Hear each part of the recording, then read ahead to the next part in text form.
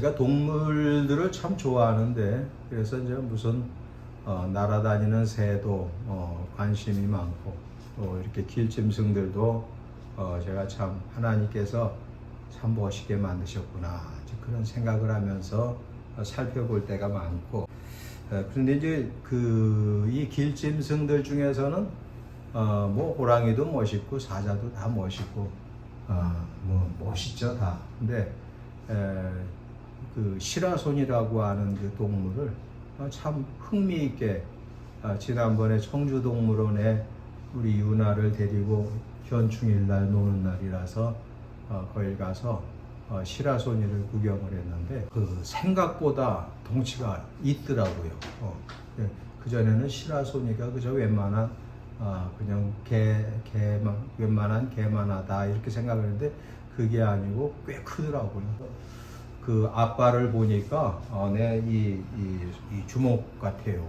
아주 굵더라고. 보면은 그저 한 30kg에서 40kg 몸무게가 그렇게 나가는데 이 시라소니가 자기 몸무게의 5배 내지는 10배 되는 그 사슴도 넉넉히 잡아서 그걸 먹더라고요. 참 훌륭한 짐승이로구나. 자기 10배 가까이 되는 그런 그 큰 사슴을 잡아서 그걸 먹어요. 그 정도로 이 시라소니의 능력이 참 대단해요. 그런데 이제 그 시라소니도 멋있지만은 야인 시대에 나오는 시라손이라는 분도 참 멋있는 분이에요. 그러니까 덩치가 그렇게 크지는 않았다고 그래요. 사람들이 무시할 만큼 체격이 왜소했지만은 아주 싸움을 얼마나 잘하는지 정말 시라소니 같이 날래고 힘이 세서 그분의 별명이 시라소니가 됐는데 평생을 살면서 매를 맞아본 적이 없다고 그러죠. 참 대단한 분이에요. 이 시라소니가 나중에 아주 미인을 만나서 결혼을 해요. 아내가 참 미인이었는데 얼굴만 미인이 아니라 몸매도 이뻤을 뿐만 아니고 옷도 참 단하게 잘 입었다고 그래요. 그리고 그 사람의 특징이 하나님을 믿는 사람이었다. 기독교인이었다는 거예요. 그래서 이 시라손이라는 분이 그렇게 주먹 세계에서 늘 살다가 자기 아내를 만나고 아이도 낳고 살면서 그 세계를 완전히 떠나요. 완전히 떠나고 독실한 기독교인이 됐어요. 그래서 나중에 이분이 그 주먹 세계를 떠나고 독실한 기독교인이 되었을 때 그 당시 군사정권에 의해서 많은 주먹들이 재판을 받게 되었지만은 이 시라손이 이성순 집사는 그 재판을 받지 않게 됐어요. 왜냐하면 완전히 떠났기 때문에. 그리고 자기를 괴롭혔던 그 이정재 재판에서 증인으로 나왔지만은 검사가 묻는 말에 아닙니다. 이 사람은 나에게 해를 끼친 적이 없습니다. 거의 원수였거든요. 그러니까 이정재의 그 부하에 의해서 두 다리가 쇠막대기로 맞아가지고 부러졌어요. 그런 원수였음에도 불구하고 이 시라손이었던 이성순 집사님은 그 원수를 만났음에도 불구하고 그 동생처럼 바라보고 사랑하고 그리고 이 사람이 나한테 잘못한 거 없다고. 그러니 얼마나 아름답게 변한 거예요, 이 사람이. 그러면서 그 이정재에게 전도를 합니다. 자네도 이제부터라도 예수님을 믿게. 그리고 그 검사를 향해서 나는 예수님을 믿는 사람이지 옛날에 시라소니가 아닙니다. 그 양반은 그래서 나중에 천수를 누리다가 오래오래 살았어요. 근데 보면은 인물이 썩 잘생기지는 않았는데 정말 남자답게 생겼더라. 사람들이 왜 그 사람을 시라손이라고 그랬을까? 체격은 크지 않지만 시라손이가 무슨 표범처럼 크지는 않지만 힘이 좋고 날래고 싸움을 잘하고 그래서 그렇게 별명을 붙였던 것입니다. 참 멋있게 변했어요. 그렇게 못되게 많은 사람들을 때려주고 그랬던 사람이 완전히 변해서 예수님을 믿고 거룩한 사람이 돼요. 그래서 서울에서 어느 날 이 시라소니 집사님이 교회를 가서 예배를 드리고 나오다가 그 깡패들이 싸우는 것을 보게 됐어요. 그랬더니 이 성경책을 이렇게 들고 노인네가 그 깡패들이 싸우는 걸 다가가서 그 깡패 중에 한 사람이 칼을 쓱 빼가지고 상대를 찌르려고 하니까 가서 그 손을 딱 잡는 거예요. 근데 늙었는데도 힘이 얼마나 센지 그 깡패가 꼼짝을 못했대요. 그러면서 하는 말이 싸움은 연장 갖고 하는 거 아니야. 그냥 주먹 가지고 해. 그러더라는 거예요. 그래서 깡패들은 알잖아요. 그분이 누구라는 걸 아니까 그냥 칼을 버리고 그렇게 절을 했다는 유명한 일화가 있습니다. 여러분처럼 우리 그리스도인들은요, 정말 예수님을 제대로 믿으면 그렇게 멋있게 변할 수가 있어요. 그걸 이제 오늘 베드로 사도를 통해서 하나님께서는 우리에게 말씀하시고, 그러니까 정말 예수님을 바르게 믿고 성령 받은 그러한 그리스도인들은요, 정말 멋있게 변하는 거예요. 그래서 우리의 현재 생활은 나그네 생활인데, 이 나그네 생활을 할 때에 어떻게 살아야 할 것인가를 잘 말씀하고, 나그네 생활인 동시에 하나님의 자녀가 되었으니 이제는 하나님의 자녀답게 살라는 그런 당부의 말씀이 오늘 본문입니다. 그래서 여행자는 여행을 하다가 마침내는 자기가 사는 곳으로 되돌아가게 돼 있어요. 그러니까 여행을 하다 보면은요, 그 꼭 필요한 행동 외에는 집에서 살 때처럼 그 하는 행동이 달라야 돼요. 예를 들어서 과일이 싸다고 해서 제가 그 베트남에 가면 그 망고를 엄청 좋아해서 참 많이 사 먹어요. 언제 한번 널 가야지 안 되겠어요. 참 싸요. 500원밖에 안 해. 이렇게 큰 망고, 그 제대로 익은 망고가 500원이. 근데 그거 싸다고 해서 잔뜩 살 수가 없어요. 여행이자이기 때문에. 그 들고 올 수도 없어. 비행기에 실을 수도 없고. 말린 망고만 조금 사왔는데 여행할 때는 그 과일이 싸다고 해서 잔뜩 살 수가 없죠. 만약에 원주에서 그렇게 망고가 싸다고 그러면, 잘 익은 망고가 싸다고 그러면 엄청 많이 사다 먹겠지. 근데 여행할 때는 그렇게 할 수가 없다, 그 말이에요. 그래서 우리에겐 엄청난 그 하나님의 은혜를 하나님께서 내리셔서 죄를 용서해 주시고 또 거듭나게 하시고 뿐만 아니라 늘 함께 행동해 주신다는 것이 얼마나 감사한지 모릅니다. 베드로 사도는 오늘 본문에서 보면 하나님께서 우리에게 베풀어 주신 은혜가 크고 많은데 그 은혜가 다 아니다. 다가 아니라는 거예요. 더 있다는 거예요.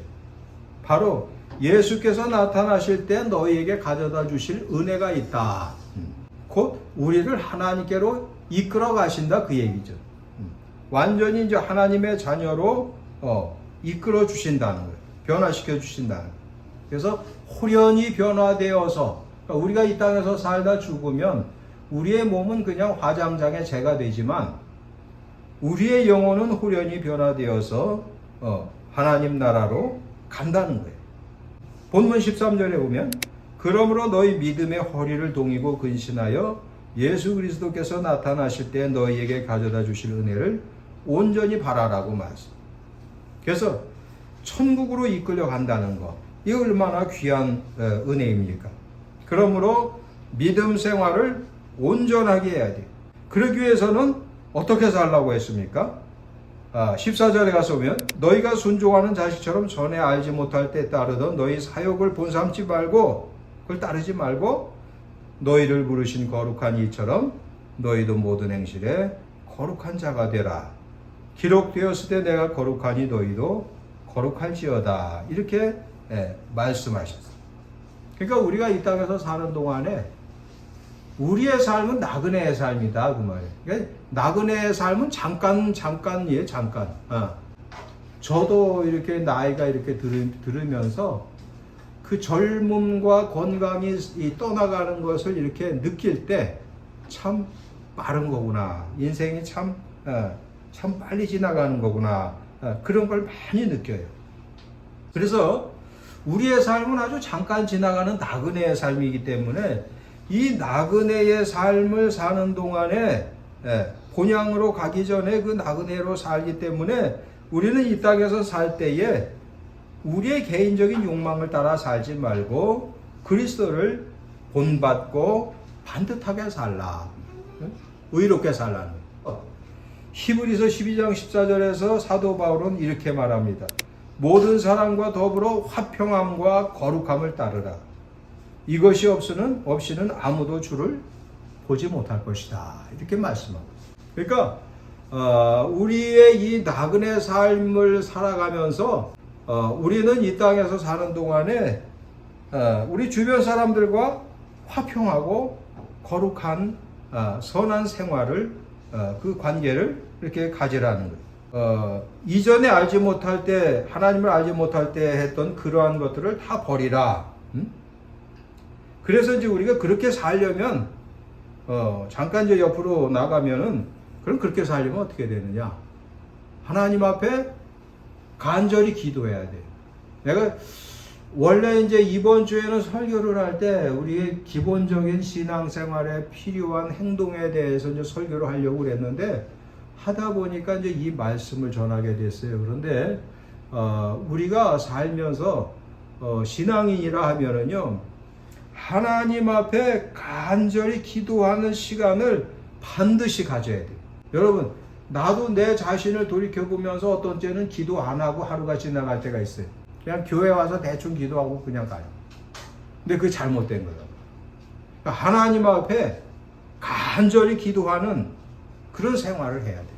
그래야 그게 정상적인 신앙생활. 그러니까 하나님을 믿노라 하면서 하나님의 자녀라 하면서도 하나님 앞에 간절한 기도가 없이 신앙생활 한다는 것은 이건 아주 잘못된 거예요. 우리 성도님께서 아까는 예배 전에 막 기도를 하시더라고요. 아주 잘 하시는 거예요. 아주 잘하는. 다른 사람 신경 쓸 거 없어요. 간절히 기도하세요. 간절히. 신앙생활을 하면서 우리가 거룩하게 살고 사욕을 따르지 않고 그리스도를 본받으려면 우리가 하나님 앞에 간절히 기도해야 돼요. 그냥 소리 내서 통성으로 기도해요. 그게 없으면 어떻게 돼요? 기도가 이게 잘 안 된다고요. 마귀가 얼마나 역사를 하는지 몰라요. 마귀가 우리 그리스도인으로 하여금 기도하지 못하게 하려고 별의별 수단을 다 쓴다는 걸 우리가 알아야 돼요. 그러니까 그것을 하나님 앞에 여러분들이 양심에, 신앙의 양심을 가지고 한번 생각해 봐요. 난 하나님 앞에 간절히 기도하는 사람인가? 간절히 기도하는 사람인가? 단 10분을 기도를 해도 간절함이 있어야 되거든요. 간절함. 그 기도하지 않으면 사람은요 천해져요. 추해지고. 그 기도를 간절히 할 때 사람은 거룩해지고 그 기도를 간절히 할 때 사람은 성화되는 거예요. 그러니까 간절한 기도가 없이는요 사람은 거룩해질 수가 없어요. 간절하게 하나님 앞에 기도할 때 그럴 때 사람의 영혼이 하나님의 성령의 감동을 받게 되는 것입니다. 그러니까 간절한 기도를 하지 않는 분이 여러분들 중에 있다면 그거 회개하셔요. 간절하게 해야 돼요. 그래야 성령께서 역사하시고 사람이 세속화되지 않게 돼 있어요. 그러니까 간절한 기도를 하지 않으면은요 누구든지 세속화되게 돼 있어요. 누구든지 마귀한테 지게 돼 있다고. 그러니까 이 시라소니 같은 분은요 얼마나 기도를 많이 했는지 몰라요. 부부가 참 훌륭한 신자로 생활을 잘했다고 그래요. 완전히 딴 사람이 됐다. 그래갖고 성경책을 이렇게 오른손으로 들고 가다가 왼손으로 이렇게 하고는 오른손으로 그 깡패 칼 잡은 손을 딱 잡는데 그 깡패가 꼼짝을 못하더래요. 근데 그 부인 집사님이요 나중에 그런 얘기를 했대요. 자기가 같이 이렇게 살면서 남편하고 길을 가다가 남편이 어느새 사람 두세 명 그냥 때려가지고 기절을 시켜놓은대요. 그러니까 이 옆에 있는 자기 아내도 자기 남편이 지금 언제 때렸는지를 모르는 그 정도로 이 몸이 빨랐다는 거예요. 그러니까 계속해서 그 이성순 집사를 괴롭히는 그 주먹들이 그렇게 괴롭히려고 몽둥이를 들고 칼을 들고 그렇게 계속했지만은 그렇게 싸움을 잘했다. 그러면서도 이분이 완전한 기독교인이 돼가지고 아주 훌륭하게 살다가 세상을 떠나고 천국 갔다는 이야기가 있습니다. 그러니까 그런 그 사람들의 공통점을 내가 살펴보니까 간절한 기도가 있었어. 옛날에 그 휘필드, 화이트필드라고도 하고 휘필드라고도 하는데 이 화이트필드 목사님은 설교 전날에는 밤새워 기도를 하는 습관이 있었어요. 얼마나 열심히 기도하는지 자기가 설교하는 내용을 가지고 하나님 앞에 부르짖어 기도하는. 근데 이분이요 56살에 세상을 떠났어요. 오래 살진 못했어요. 근데 아주 유명한 목사님이에요. 근데 어느 날 이 목사님이 옛날에도 그렇게 얼마 전에도 그렇게 간절히 기도하더니 이번에는 더 열심히 기도를 하더래요. 더 열심히. 이게 사람이 들어보니까 설교 내용을 기도하시는 게 아니라 회개하고 하나님께 자기의 영혼을 맡긴다는 그런 내용의 기도를 하는데 간절히 하는 거예요. 새벽에 기도를 하다가 이분이 기도를 쉬길래 사람들이 이제 목사님이 기도를 하시다가 주무시나 보다. 그래갖고 아침에 이렇게 가서 봤더니 돌아가셨더라는 거예요. 그러니까 이 화이트필드 목사님이 그렇게 영적으로 깨어 있었던 분이라서 자기가 세상을 떠날 때에 그걸 알고 하나님 앞에 그렇게 밤새워 기도하시고 세상을 떠났다는 거예요. 참 멋있잖아요. 여러분 우리도 이 땅에서 살다가 하나님 앞에 영광 돌리고 은혜 받으며 살다가 하나님께서 부르실 때 그렇게 기도하고 하나님께 가는 저와 여러분 되시기를 바랍니다. 아멘. 얼마나 멋있어요. 얼마나 멋있냐. 예수님께서도 아버지여 내 영혼을 아버지께 맡기나이다. 내가 다 이루었다. 그리고 세상을 떠나서. 그래서 이렇게 하나님 앞에 간절한 그 기도가 있는 그 믿음 생활을 우리는 해야 돼. 그 기도를 하지 못하게 역사하는 사단을 물리쳐야 돼. 그래서 그것을 물리치고 열심으로 기도하는 그런 생활. 그래서 사욕을 따르지 않고 예수님을 본받는 그런 생활을 해요. 그 다음에 우리는 믿음 생활하면서 우리의 나그네 길에서 잊지 말아야 될 것이 예수님의 보혈의 공로와 은혜를 잊어서는 안 된다라고 오늘 본문은 우리에게 말씀하고 있어요. 그러니까 예수님의 그 보혈은요 우리의 죄를 용서받게 하시는 그 목적이 있잖아요. 그리고 또 하나가 뭐냐면은 예수 그리스도의 보혈을 그 믿는 사람에게는요 그 희생을 믿고 받아들이고 감사하는 자에게는 어떤 역사가 나타나느냐면요 죄를 멀리하게 하는 그러한 성령의 역사가 그 사람에게 나타나게 돼 있어요. 예수님께서 나를 위해서 피를 흘려 죽으셨다. 그것을 믿고 감사하는 사람은 죄 용서를 받을 뿐만 아니라 성령께서 임재하신다. 그래서 성령께서 임재하셔서 그 사람으로 하여금 새 사람이 되게만. 그래서 22절에 가서 보면 너희가 진리를 순종함으로 너희 영혼을 깨끗하게 하여 거짓 없이 형제를 사랑하게 이르렀으니 마음으로 뜨겁게 서로 사랑하라. 그러니까 여러분 우리가 나그네로 살 때 하나님 앞에서 우리가 간절히 기도해서 하나님의 은혜 가운데 살 뿐만 아니라 또 하나님 앞에 그리스도의 그 보혈을 항상 기억하고 감사하면서 죄 용서받는 것으로 끝나는 것이 아니라 그 보혈을 그 믿고 감사하고 기뻐할 때에 성령께서 역사하신다는 거예요. 그래서 존 웨슬리 목사님은 사람이 믿을 때 의롭다 인정을 받을 뿐만 아니라 성화가 일어난다. 그렇게 가르쳤어요. 그러니까 맞는 얘기죠. 우리가 예수 그리스도를 믿고 그 믿을 때에 그 사람은 의롭다 인정을 받을 뿐만 아니라 그때부터 성화가 시작된다. 이렇게 가르쳤어요. 그러니까 성령께서 역사를 하시는 거예요.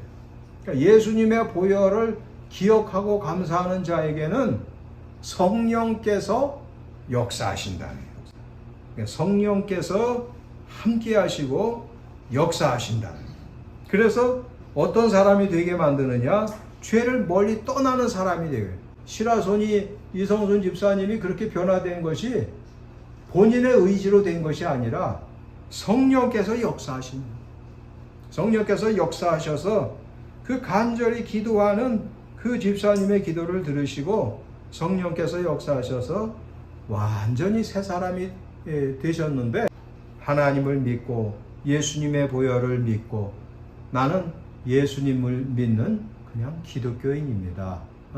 그 군사 경찰한 그 이제 헌병 그 검사한테 그렇게 이야기를 하면서 이정재 씨 사실은 악한 사람도 아니고 나쁜 사람도 아니요, 좀 잘 봐주시고 그랬지만 나중에 물론 이정재는 총살을 당하고 말아요. 근데 아무튼 참 멋있게 변한다는 거죠. 사람이 그렇게 변할 수가 있다는 거예요. 그래서 그리스도를 본받아 기도하고 그리스도의 대신 죽으심을 항상 감사하며 죄를 멀리하고 이웃을 사랑하는 사람이 되었으면 이 나그네로 사는 이 세상에서의 삶에서 또 우리는 하나 꼭 기억해야 될 것이, 오늘 본문은 하나님의 엄격하심, 엄위하심, 사도 바울은 엄위하심이라고 이제 표현을 했는데, 베드로 사도는 이 하나님이 얼마나 무서운 분인가를 두려움으로 지내라. 그러니까 여러분, 운전 면허를 땄다고 함부로 운전하면 안 되죠. 조심해야 되죠. 사고 날까봐 조심해야 된다. 똑같아요. 우리가 하나님의 자녀가 되었고 이제 하나님과 동행하는 사람이 되었다고 해서 함부로 살면 안 돼요. 죄 짓고 함부로 악한 말하고 악한 행동을 하면 안 된다 그 말이에요. 그러니까 면허 땄다고 그게 다냐? 그거 아니에요. 운전 면허를 땄으면 운전을 할 수 있는 자격만 주어진 거지, 함부로 운전해서 사고 나면 이건 진짜 큰일이라고. 그러니까 우리가 이렇게 하나님 앞에서 은혜를 받아서 보혈로 씻음을 받고 보혈을 감사함으로 성령께서 역사하셔서 이렇게 하나님의 자녀가 되었으면 이제 하나님의 자녀의 자격을 얻은 거예요.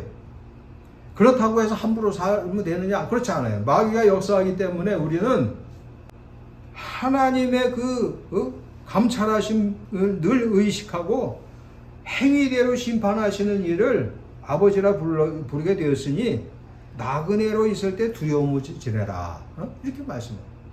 여러분, 그래서 하나님을 믿는 사람이 죄를 짓는 것은 그건 완전히 본인 잘못이에요. 그래서 행위대로 심판하시기 때문에 하나님 앞에서 우리는 우리의 행위를 조심해야 된다고. 그래서 우리는 눈이 두 개가 있는데 하나는 우리를 심히 사랑하시는 하나님을 바라보고 또 한 눈으로는 우리를 행위대로 심판하시는 그 하나님, 두려움의 하나님을 바라볼 수 있어요. 그게 바른 신앙생활이에요. 내가 하나님의 자녀가 되었다고 해서 함부로 행동했다가는 행위대로 심판하시기 때문에 안 된다는 거예요. 그러니까 우리가 이 나그네 생활을 할 때 결국은 거룩하게 살아야 된다. 거룩한 나그네로 우리가 살아야 된다는 결론에 이르게 되는 거예요. 그래서 하나님은 항상 우리 인간, 하나님을 믿는 사람이든 안 믿는 사람이든 그 각 사람의 행위를 항상 살펴보셔요. 여러분, 하나님을 믿는 사람이라고 해서 악한 행동을 하면 하나님이 거기에 대해서 눈 감아 주실까요? 절대 안 그래요. 반드시 때리게 돼 있어요. 사람은 무서워하고 하나님은 안 무서워하는 이 정신이 이상이 된 그런 사람이 되면 안 된다. 하나님을 무서워해야지. 사람을 무서워할 것이 아니라.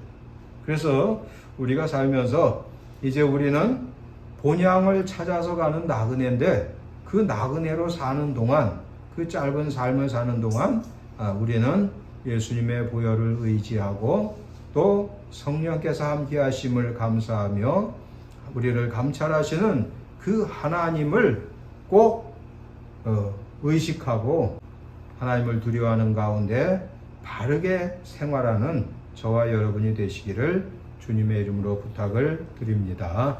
기도합니다. 좋으신 아버지 하나님, 우리의 나그네 삶 속에서 우리 하나님을 두려워하고 사랑하며 우리의 이웃을 사랑하고 늘 부르짖어 기도하고 성령의 도우심을 사모하며 항상 회개하며 바르게 선하게 의롭게 사는 우리 모두가 되게 하옵소서. 예수님의 귀하신 이름으로 기도하옵나이다. 아멘.